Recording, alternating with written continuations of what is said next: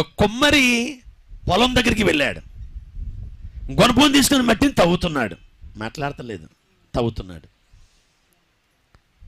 ఆ మట్టి మొరబెడుతుంది దేవునికి. దేవా, వీడెవడో వచ్చి నాకు గుండెల్లో పొడిసేస్తున్నాడు, ప్రభా నువ్వు నాకు సహాయం చేయి. ప్రభు అన్నాడు, నీ మేలు కొరకే మౌనంగా ఉండన్నాడు.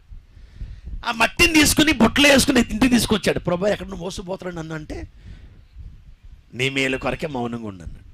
ఆ రాత్రి నీళ్లు పెట్టి దాన్ని బాగా కాళ్ళతో తొక్కుతున్నాడు. ప్రభా, కాళ్ళ కింద తొక్కేస్తున్నాడు. ప్రభా, నన్ను వీడు ఎవడో వచ్చి, ప్రభా నువ్వేం చేస్తున్నావు అంటే, మౌనంగా ఉండు, నీ మేలు కొరకే అన్నాడు.